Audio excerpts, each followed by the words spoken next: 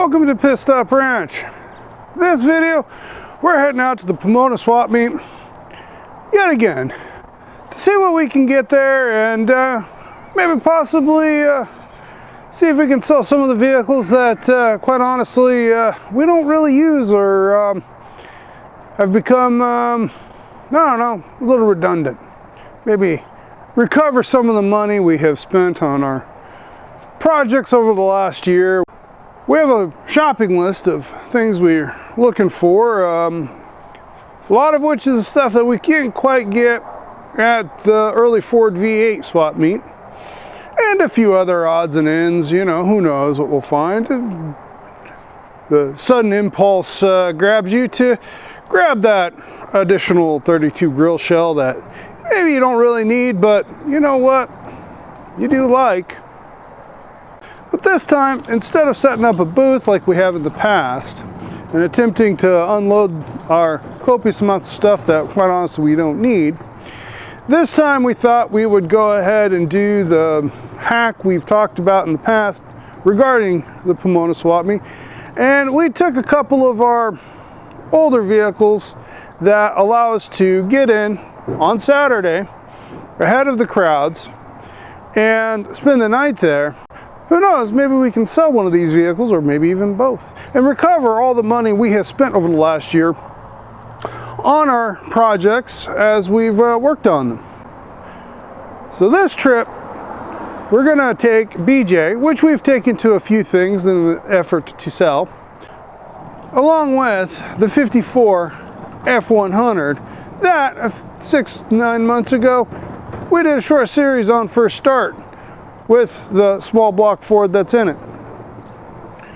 Wish us luck. Here's the show, and stay tuned. We did some mighty big picking. I'm happy to show you all the great stuff we got. Compared to past Pomona swap meets that I've been to and have commented on and have demonstrated, there seemed to be a much higher percentage of actual car parts at this one. Now, it's been many months since we went to a swap meet, Pomona swap meet, mostly because, you know, our focus was on selling, and therefore we would take a lot of stuff with us, and we kind of got tired of schlepping a lot of stuff and not selling much. So for the last few months we have not been participating, but we, having struck out at our, better yet, having had an amazing time at the LA Roadster Show swap meet and having wished we'd taken considerably more capital. Very cool international truck with utility bed on it. We have been a little more intent on doing more events and doing more swap meets, and we were hoping that the early Ford V8 swap meet would have a lot more stuff, cool stuff. Neat little convertible Rambler, 3 years older than my Rambler, and I don't have a convertible. But $10K seems a really nice price for that car. Couldn't probably do the bodywork and paint it for that. Here's a turbo Fox body Mustang. It's a 4-cylinder. Anyways, so we decided to go, and instead of the normal garage sale stuff like that booth there, and clothes and other stuff, we went with intent of shopping just because we had that itch, and it was interesting the number of things that were there. Now, on covering the car corral this time, we did a lot of walking through it, going back and forth from the truck, and that's where a lot of this footage comes from. And We'd spent the night before, and right after we got there, just at dark or just after dark, it started to rain, and it continued to rain all the way up to about 9 o'clock at night. And then after it rained, it settled down, we went ahead and went to bed. And 5 a.m., got up and started poking around. So didn't get a lot of sleep and didn't get any good sleep. So at this point here, we're rather tired, and we're walking back and forth between the swap meet itself through the car corral to where we parked the truck. And unfortunately, my main camera for doing this sort of stuff malfunctioned. It broke. It's no good anymore. So all this footage is being done with my cell phone, so it isn't as steady as our normal camera. So my apologies for those of you who get motion sickness watching this footage. But that rain the night before, I think, kept away a fair number of vendors. Really, the vending area wasn't as densely populated as it frequently is on other swap meets. Here's a really cool two-door Chevy handyman station wagon. This would be like 1957. I think this is like a 210. Yeah, 210 handyman. And dig it. I think if I had a Tri-Fi, I think one of these or a 55 or 56 version of one of these would be really cool. I really dig it. And I don't know if 15K is a good price or not. It doesn't seem to be very rotted. And sitting next to it, this is gorgeous 67 Le Mans. They sold a lot more Le Mans and Tempests than they ever did GTOs, but now if you go someplace and you see a Le Mans, it's a lot rarer than the GTOs, because a lot of Le Manses were, since they were just regular little cars, no one bothered keeping them, or since like this one's the two-door no post, surprised it hadn't been converted into a GTO clone tribute ripoff. So because there weren't as many vendors, I think the quality of the vendors were there because it was much higher, because you didn't have as many people, a lot of people who would otherwise just be trying to get rid of their kids' clothes didn't want to mess with the rain the night before, or decided not to come because they assumed it was going to be raining this morning. Now, having said that, the car corral was as full as it normally is, packed. Lots of people coming in, because they usually sort of really filter in starting at 4 a.m. and go all the way through. And it filled in pretty well. I'm about as full as it normally gets. And the crowd coming in to peruse, to explore, to check out the wares and the cars and etc.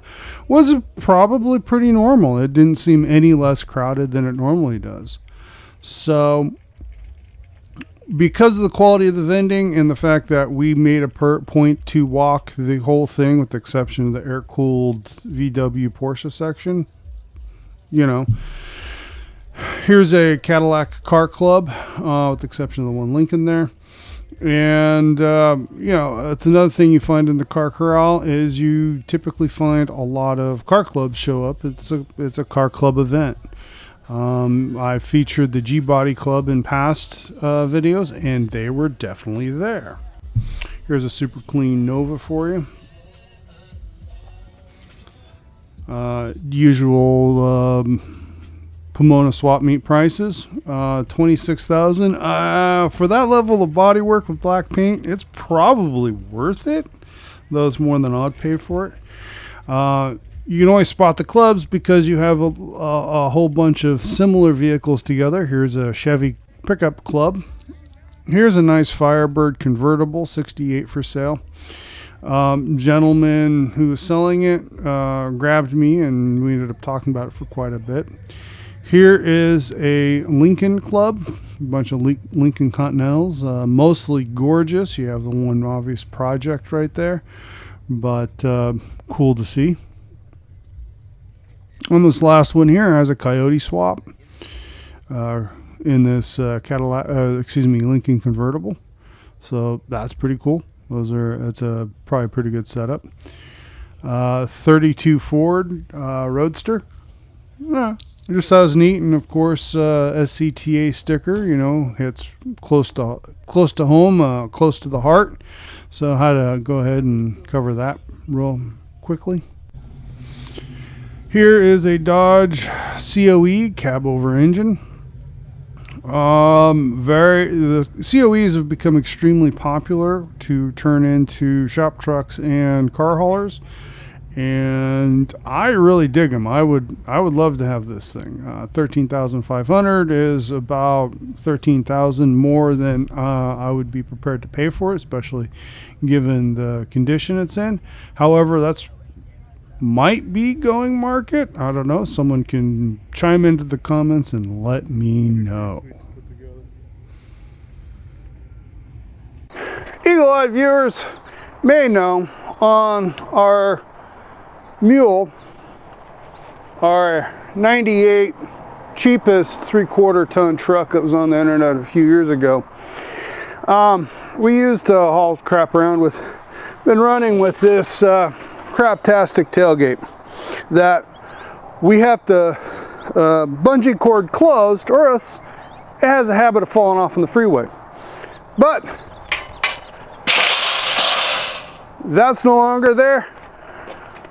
Surprisingly, one of the things we're really excited about, now we got a tailgate. Now, one of the things you always want to take with you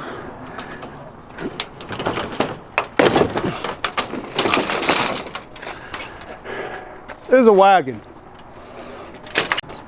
And the reason is, wagons means you can go up and down the rows and load it up with ridiculous amounts of stuff. As you can see with this picture of what it looked like after we walked the whole course. And that was after we'd already bought a bunch of stuff and already hauled it back to the truck. Now, one of the big advantages of going on a Saturday, and why vending and or taking a car for the car corral is nice, is you get to go get it on Saturday before everybody else. You get to park in the middle of the event so that you have less distance to drag your stuff on your wagon. And on Saturday, you get to hit all the vendors as they're setting up. Now, some vendors are focused on setting up and don't want to be bothered. Additionally, that's when all the stuff is there and it hasn't been picked yet. And other vendors, especially the professionals, they love going around and they can drive like we did up and down a lot of the rows and stopped and talked to the different vendors buying stuff. Throw it in the truck, and then when they get to their spot, they put it out, or they leave it in the truck because they want to keep it for their projects. It is a very convenient way of doing it. And then you don't have to walk the 15 miles that is going up and down all of the aisles looking for the best stuff. Okay, first up, we got a bunch of manifolds. We are now in great shape for manifolds. Been looking for something other than your typical modern 4-barrel intake for my Chevelle big block, which I'm always away from building. However, you gotta start gathering parts. So I got this nice dual quad intake for a Chevelle, for a big block Chevy to go in the Chevelle. I'm really looking for 3.2s, but I think a dual quad would work pretty good too. So obviously 2 smaller 4 barrels, maybe of the Holly variety, or do FI Tech's dual quad setup with flex fuel. That's probably the best way to go. Anyways, so we got the nice dual quad for intake for a big block. We needed another intake manifold for a flathead, so I got this nice used Intake manifold even came with 3 carburetors. My problem is the 2 outsides are the same, but not the same as the inside. So we needed to get another one of the outside ones or 2 with the inside one. Now, the inside one is a Stromberg 97, which is the preferred performance carb. And then these are just standard Ford 2 barrels. So I think what we're going to do is we're going to get a couple more 97s, hopefully in good condition, and then we'll be able to rebuild them and then put them on the outside, and then take these 2 outside ones, sell them, put them on something else. Or we could put them on, we got a 2 barrel, 2 carburetor intake that for flatheads that we can put these on and run them as well. So we have options. Very exciting. This is something really cool. Maybe you can't quite read it, but it's H-E-M-I. Hemi. Got this, and this is a classic example. Manifold Man was there with his scores of manifold. Actually bought this one, and this one from Manifold Man. This here is going to go on the 354 Chrysler Firepower Hemi that I plan on putting in the 2829 Tudor. It's almost 100%. It's not even performance, because just the stock Hemi is more than enough performance for an A, Model A. What this is cool factor. Pure and simple, it's cool factor. And ask me again when I get around to it if this was worth the money I spent on it, because this was a little bit more expensive. But it was it's brand new, came in the box, so I'm quite excited about it. Now, we are short one of the exhaust manifolds for the Cleveland 4V. And a gentleman happened to have this nice package set up. Intake manifold for Cleveland 4V and both exhaust manifolds. So now we have an extra exhaust manifold and an extra 4-barrel intake for the Cleveland. So again, now we got options. Sandblasted, painted, all of them. Now this one has, clearly it's been welded on. Not sure if this is flat. It doesn't look too bad. It looks like it's doable. And we're going to be able to put these on and have exhaust manifolds. Now, we were thinking of going with headers, but if we got the exhaust manifolds, we'll just run those on that car. Might as well. It'll probably make it more valuable in the long run. For the 67 Mustang, we picked up new clutch, new pressure plate, new flywheel. Upcoming video, I'll explain why this was something that we felt we probably should. And we got center sections. This here is for an 8-inch. It is a posi traction with 355 gears. We got it for the 65 Mustang. We've been doing front end suspension work on. Should be pretty straightforward swap to go and toss that in. So that should be coming sooner than later.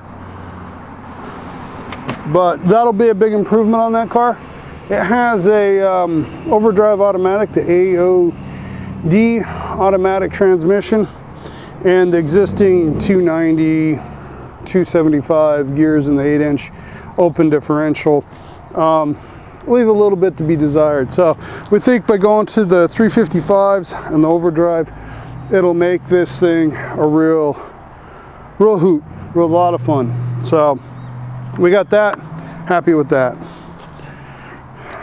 Next things we got are these two. These are both third members for 9-inch. Neither one of them have anything inside them. They're just the bare components. They got some They need everything. They need all the stuff to be put into them.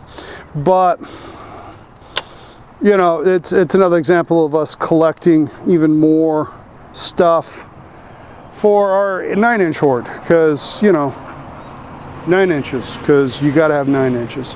I mean, if you don't got 9 inches, I mean, that's what all the ladies are asking for, 9 inches. I also picked up this booster and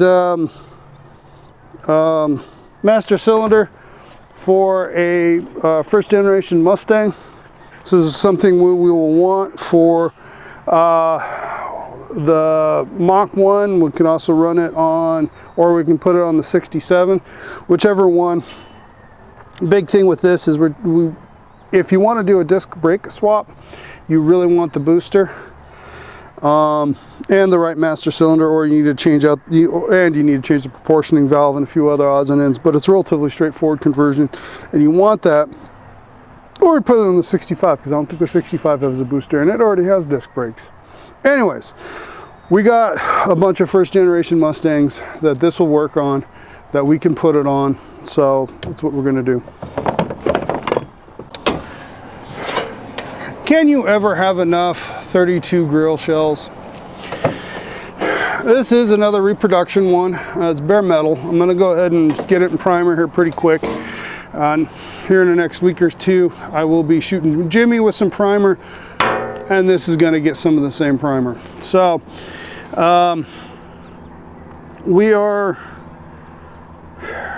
this makes shell number 4. We have an additional repop with the insert, and we're going to pick up the insert as well from the same vendor, good price. Very fine gentleman. We have an original where the whole bottom section is cut off, and so will need to be reconstructed. Fortunately, between this one and another repop, I have enough examples to work from that. I think that would be a fun project. That might be a rainy day project coming up this winter to get that thing up to snuff. But it will be, we'll be able to put a 32 grill shell on both our A's. We also happen to have a 32 to 36 commercial grill, which the grill slots are stamped into the same sheet of metal as this. It's a very cool unit. I might use that instead on one of the hot rods, or build a third hot rod, because the way we're going, we're getting enough parts put together to build 3 hot rods. I'm just saying, yo, that might be in the cards. Anyways, another thing we picked up were a set of seats for a 1968 Mustang. Now, they are the same as the 65 through 67, except they've got a little lock for locking the seat in the upright position. We can choose to keep those and then just poke a hole in the side for it, or we can go ahead and eliminate them and make them correct to the 67. All the parts to make that lock are bolt on and can be removed, and apparently go for a good price on eBay. I haven't looked into it, and given the fact we tend to hoard stuff, who knows? I don't know. But either way, we got a good basis to go ahead and put the proper low back bucket seats in the 67. Now, the existing seats in the 67 are good seats, are rebuildable seats, the frames, but they're really for a 69, 70, 71, or possibly to 73. Regardless, it's the same type that goes into the 71. Therefore, we're going to rebuild those and put those in Mach-E. So now we're in a good position on seats. We got at least the front seats handled for both the Mach 1 as well as the 67 convertible. Yay. With our 9-inch center sections, we were able to get this spool, this mini spool, setup. I believe for 28 spline. And we'll be able to clean this up and use this in a drag car when we get around to building the drag car. And we picked up this stout, all aluminum radiator with 2 fans that fit a 66 or 67 Chevelle. Kind of seemed like a no-brainer to me. It's definitely used. It was used a lot.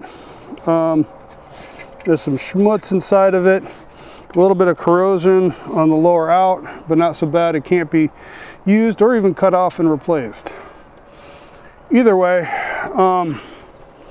seems like a pretty good piece of kit for the Chevelle.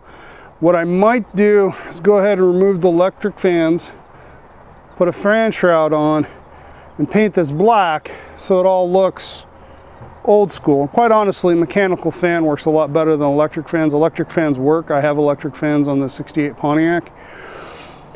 But I think I want to go with a fan clutch and a fan on the 68 with a fan shroud. So we just got a couple extra electric fans laying around. Anyway,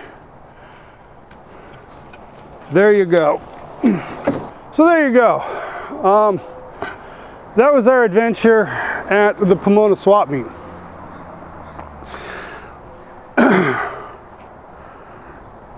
We got a lot of stuff. I'll